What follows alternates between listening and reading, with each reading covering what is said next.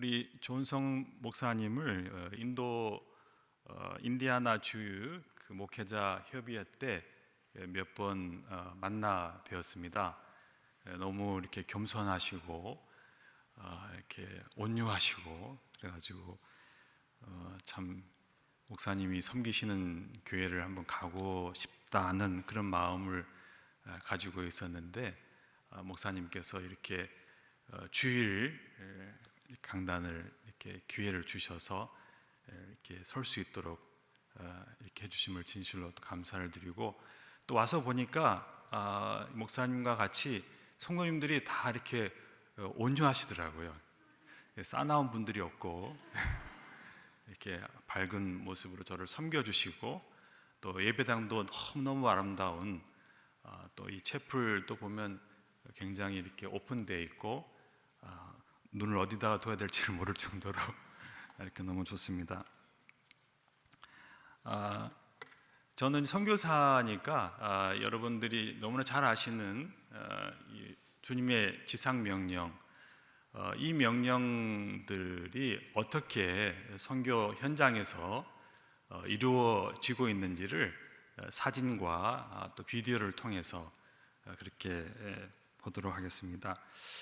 주님의 지상 명령에 대해서는 너무나도 다 잘 알고 있습니다. 그런데 그 말씀대로 우리가 살아가지 않고 있기 때문에 오늘날과 같은 여러 교회의 문제들이 있다고 저는 느끼고 있습니다. 너무 잘 아시죠? 헬라어 원어 성경에 보면은 이 제자 삼으라고 하는 이 말씀에 초점을 두고 있습니다. 간다고 하는 것은 물론 사람이 전도한다는 그런 의미도 있는데, 가는데 왜 가느냐? 제자를 삼기 위해서.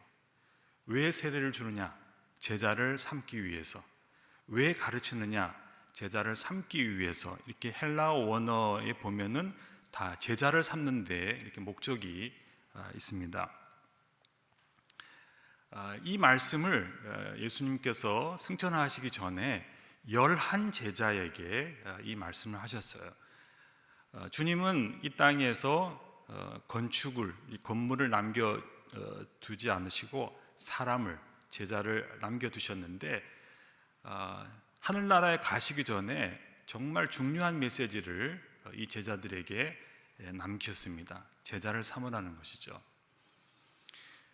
예수님의 그 사역을 보면은 3가지 사역으로 나눌 수 있는데, 첫 번째 가르치고, 그리고 전파하시고 고치시는 이 우선순위를 놓치시면 안 돼요. 설교가 아니고 가르치고 전하시고 그리고 고치시는. 그 다음에 동일한 말씀 9장 35절에 봐서도 두루 다니시면서 가르치시고 전파하시고 고치시는 이 사역을 하셨습니다. 예수님과 바울은 이렇게 순회 사역을 많이 하셨어요. 하나의 센터를 두시고 사람들 보고 이곳에 와서 말씀을 배우라고 하는 것이 아니라 그들이 있는 현장에 가서 이렇게 가르치고 전하시고 고치시는 그런 사역을 하였습니다. 여기는 어딘 것 같습니까? 이곳은 이 로마에 있는 그 지하 감옥인데, 바울이 참수형, 목이 잘리는 참수형을 당하기 5주 전에 디모데 후서를 기록을 했습니다. 이 디모데 후서는 바울의 마지막 소망, 또 부탁이라고 할 수 있습니다. 디모데 후서 2장 2절, 오늘 본 말씀이죠. 4장 6절부터 8절까지 보면은 바울이 디모데에게 이런 말을 합니다. 나의 달려갈 길을 다 달렸고 나를 위해서 면류관이 준비되었다. 아마 바울이 기도하면은 하나님께서 풀려나는 것을 보여주시는 것이 아니라 이렇게 자꾸 이렇게 면류관이 보이게 하시는 걸 보면서 내가 여기가 마지막이라고 하는 그런 것을 바울이 느꼈던 것 같아요. 여기에 보면은 네 세대가 나옵니다. 내게, 이 나는 바울이고 너는 디모데고, 그리고 바울이 디모데에게 충성된 사람들, 제자와 같은 충성된 사람들에게 부탁하라. 이 부탁하라고 하는 것은 훈련하고 양육하고 제자 삼으라, 여러 가지 의미가 있는데, 그렇게 해서 그들이 또 다른 사람들을 가르쳐서 그들이 또 다 가르칠 수 있도록. 그러니까 예수님과 바울의 마지막 부탁은 제자를 삼으라고 하는 것입니다. 바울, 디모데, 충성된 사람도 또 다른 사람들. 예수님이 11 제자에게 부탁했다고 하면은 바울은 그의 제자 디모데에게 제자를 삼으라고 부탁하는 모습을 볼 수 있습니다.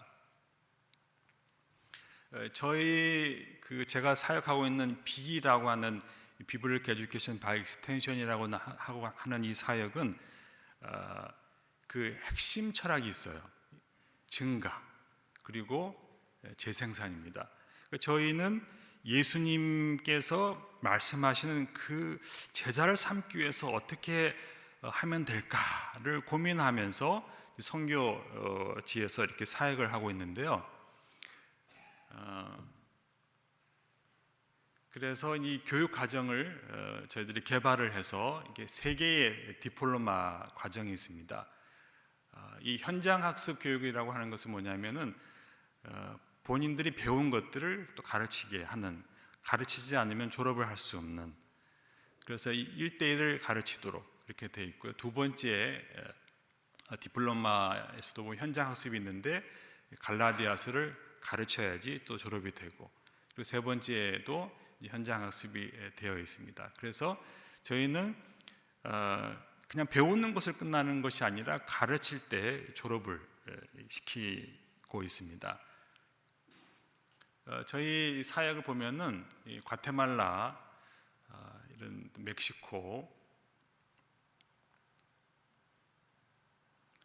또 파나마,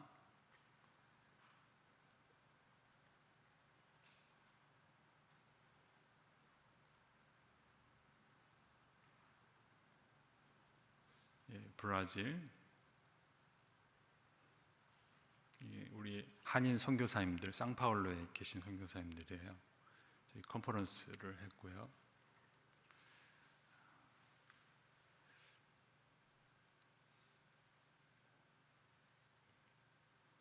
저희가 그 탄자니아에서 인도자를 말라위까지 보내서 교육을 했는데, 우리 현지 선교사님이 버스를 27시간을 타고 말라위에 가서 거기서 2주 동안 거주하면서 3과목을 가르쳤습니다.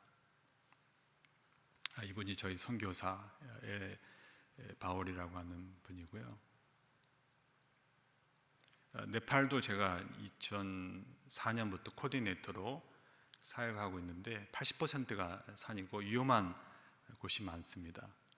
저기까지는 하루 이렇게 저 차를 타고 가서 졸업식을 했습니다. 이 네팔 고속도로예요. 여기가 메인 고속도로입니다. 근데 아침 6시에 사고가 나서 거기 이제 데모가 일어나가지고 오후 3시까지 차가 못 다니도록 그렇게 한 거예요. 졸업식에 좀 가야 되는데 졸업식이 10시인데 지금 못 가고 있는 거예요. 근데 이 졸업 학생들이 한 분도 가지 않고 저를 기다리는 거예요. 10시부터 3시까지. 근데 저분들은 하루 그렇게 뭐 버스 타고 오신 분도 있고 걸어오신 분들도 있고 그래요.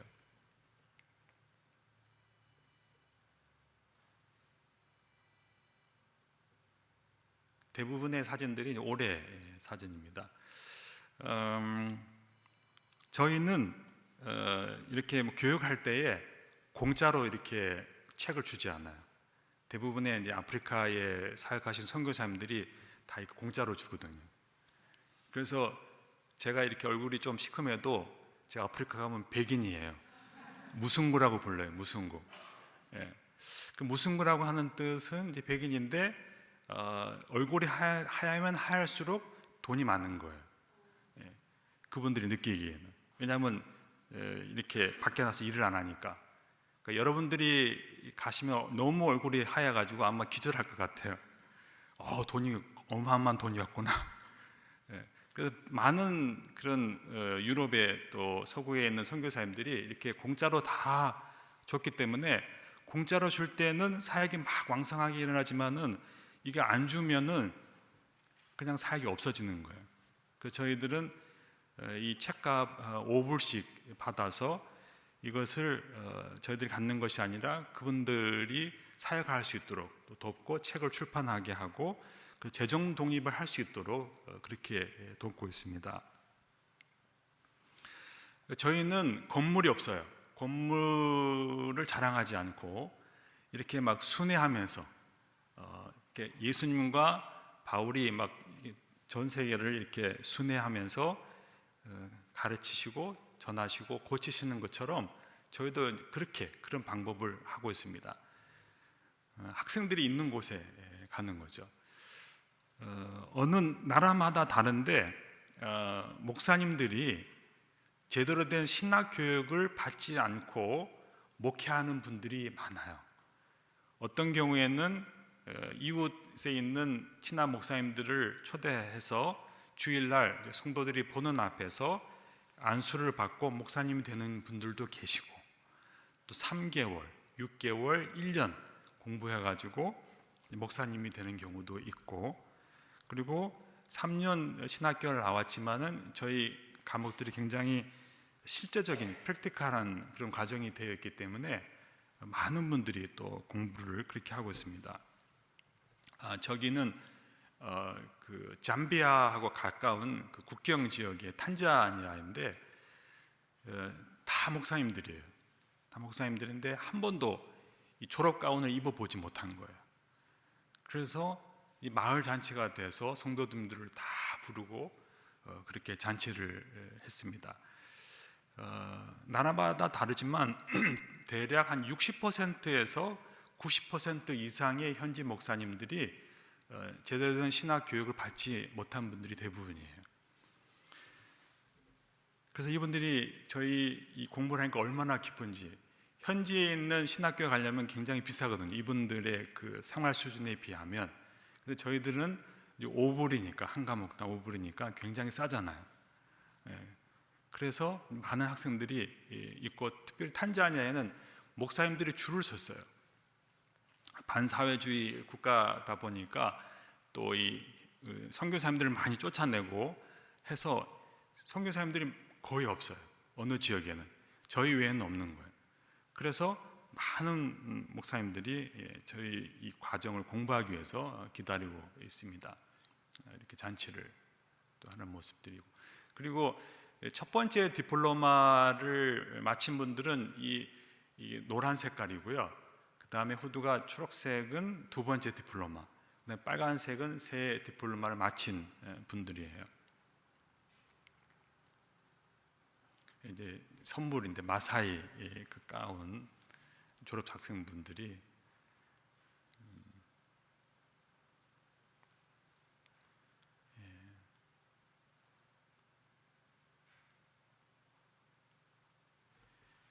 수단의 그 지금 경제란 정치적인 상황이 좋지가 않은데 이분들이 남수단을 대표하는 교계 분들이고, 남수단은 60% 70% 이상이 크리스찬들이 성공회 분들입니다. 제 옆에 왼쪽에 앉아 계신 분들이 헤드 비샵이고, 그리고 그 장로교라든지 또 오순절 계통의 이제 목사님들인데, 어떻게 하면은 이곳에서 이제 비사역을 하게 할 것인가, 이제 그런 의논들이 있었습니다. 이 학생은 이 졸업식을 참석하기 위해서 거의 하루 정도를 걸어서 이렇게 왔어요. 제 오른쪽에 있는 분이 헤드 첫 번째 성공의 비샵이고, 왼쪽에 있는 분이 세컨드, 서드 그런 레벨의 분들이에요. 저는 이제 동아프리카 지부장인데 이집트부터 이렇게 해서 빨간 점이 있는 곳이 저희가 사역이 이루어지고 있는 그런 지역이고, 처음에 이제 제가 2012년도에 케냐에서 한 명의 목사님 가지고 그렇게 이 사역을 시작했어요. 그런데 이 몇 년 안 돼 가지고 이렇게 빨간 점들이 늘어나고 있습니다. 그러니까 예수님과 바울의 방법대로 이 건축에 재정을 투입하지 않고 사람에게 투자하고 사람을 키우고 제자를 삼는 사역을 하게 하고, 또 저희 과정을 통해서 가르치게 하고 가르치지 않으면은 졸업하지 못하게 하는 이런 시스템이 되니까 점점점 이렇게 사역이 확장이 되는 거예요. 뭐 제가 능력 있고 뭐 말을 잘하고 그래서가 아니라 정말 주님의 방법대로 하니까 이런 결과가 이루어지고 있는 겁니다. 여러분이 잘 아시는 것처럼 미국의 교회 성도들이 줄고, 또 어떤 교회는 목사님들이 없어가지고 한 목사님이 2개, 3개 교회를 또 담당하시고, 또 신학생들이 줄고, 그런 것들이 지금 현장에 지금 우리 미국의 모습이지 않습니까? 한국도 마찬가지고. 근데 저희는 이 부흥이 있어요. 왜 부흥이 있느냐면 주님의 방법대로 하니까. 교회 재정을 어디다 쓰는지를 이렇게 살펴보면 그 교회가 어디에다가 집중하고 있는지를 알 수 있거든요. 대부분의 많은 교회들이 이 예배당에 이렇게 초점을 두고 있어요. 예배당 보수라든지 예배당 건축이라든지 재정을 많이 쓰고 있는데, 근데 사람을 키우는 데는 많이 안 써요. 우리 영 제너레이션 정말 어마어마한 돈을 투자해서 이들을 양육하고 키워야 되는, 사람을 키우는 그런 주님의 명령대로 해야 되는데 하지 않고 있는 것이 지금의 문제입니다. 제가 이 말씀을, 이 비슷한 말씀을 제가 전 세계에 돌아다니면서 한국에 가도 이 말씀을 계속하고 있는데, 왜냐하면 주님의 말씀대로 주님의 명령대로 하지 않기 때문에 이걸 계속하고 있는 거예요.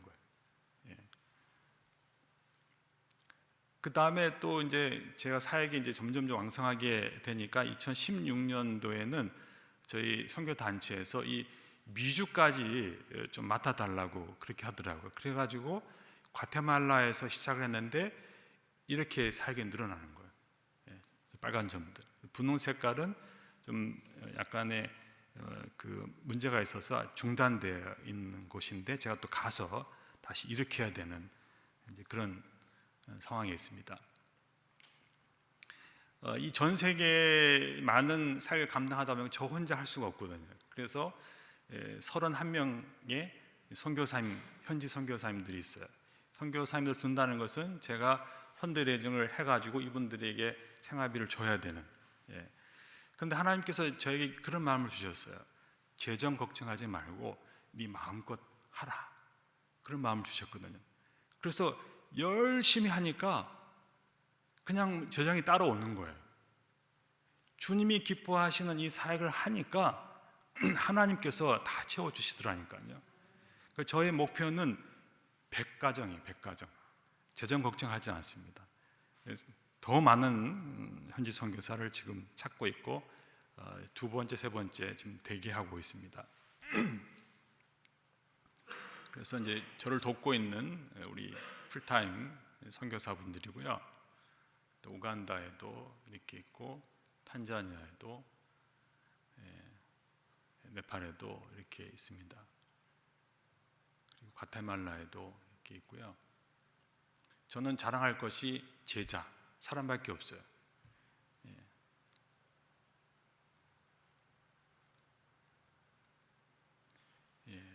파나마에도 이렇게 있고요. 자, 여기 보면 이제 통계가 나오는데, 주님의 방법대로 하니까 어떤 통계가 나왔는지 보세요. 처음에 시작할 때는 제가 케냐에서 한 명하고 같이 했다고 그랬잖아요. 근데 점점 늘어났죠. 22년도에 통계를 보면은 이렇게 나라별로 세미나가 이렇게 통계 숫자가 이렇게 나와요. 그 다음에 물론 전 세계에 이 비코리아의 사역이 많이 있는데, 이거는 제가 담당하고 있는 지역의 통계만 나와 있습니다. 아메리카도 이렇게 나와 있고요. 그래서 22년도에 581개의 세미나에 5,140명이 공부를 이렇게 했습니다. 그 다음에 23년도에 보면은 이렇게 나와 있고 673개의 세미나에 7,338명이 공부를 했어요. 그러니까 저의 목표는 해마다 5만 명 이상이 공부하는 것입니다. 예. 주님의 방법대로 하니까 이렇게 된다는 것이죠. 예. 아멘. 주님의 방법대로 하니까, 주님이 명령하신 대로 하니까 이런 결과가 있는 것이죠. 24년도는 뭐 전반기에 많이 있지만 이거는 4월달 어느 사진은 뭐 며칠 전에 졸업했던 사진들도 있습니다. 처음으로 이집트에서 이렇게 사역이 이루어졌는데, 제가 이집트에 가서 깜짝 놀라는 것은 4월 첫 주에 이 세미나가 있었는데 그 중동과 아랍권에 있는 기독교 인구 중에 이집트 기독교 인구가 80% 이상이 여기 있어요. 이집트 분들이. 예. 그리고 여기에 지금 난민으로 들어와 있는 수단 분들이 인구가 700만입니다. 700만. 그 중에 기독교인들이 있는데 거기에 목사님들, 교회 우리 전도사님들을 다 모아서 32명을 모아서 처음 시작을 했어요. 제 옆에 앉아 있는 청색 옷을 입고 있는 이 분은 먼시교회에 담임하고 계시는 우리 목사님인데 같이 저하고 동행을 했습니다. 그래서 이 사역에 계속해서 이분들을 제자로 삼아서 이분들을 또 수단으로 들여보내서 선교사로 훈련하는 그런 과정이고, 또 이집트 현지인까지도 양육하려고 하는, 그래서 그분들이 중동의 여러 나라를 들어갔을 때 저희 비를 가르칠 수 있게끔 그렇게 계획하고 있습니다. 네.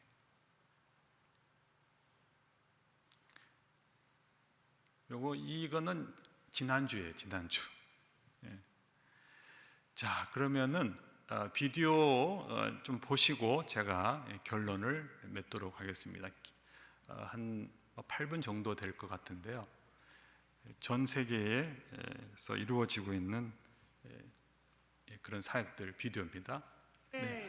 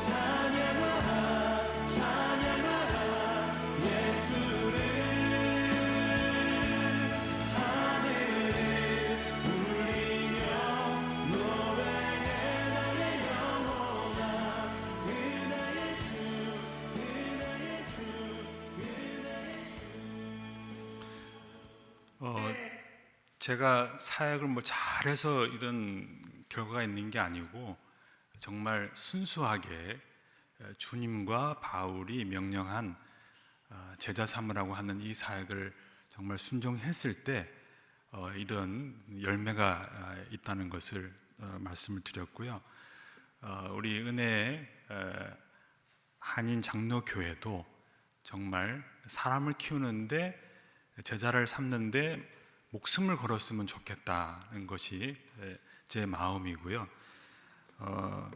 이를 위해서 여러분들이 기도해 주시고 또 여러분들도 이 공부를 좀 하셔서 뭐 방학 때라든지 휴가 때 가셔서 영어나 스페인어로 가르칠 수 있고 또 앞으로 선교사가 되시고 싶은 분들도 온라인으로 공부하시면 좋겠습니다.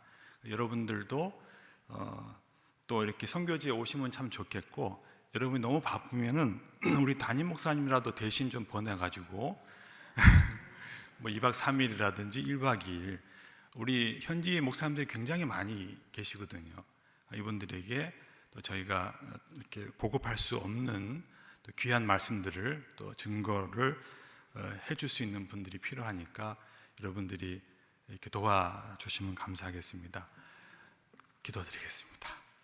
하나님 아버지, 주님의 이 명령에 순종할 수 있는 우리 미국 교회와 전 세계 교회가 되게 해주시고 우리 교회도 이것을 위하여 목숨을 걸며 함께 동력할 수 있도록 주께서 축복하여 주시옵소서.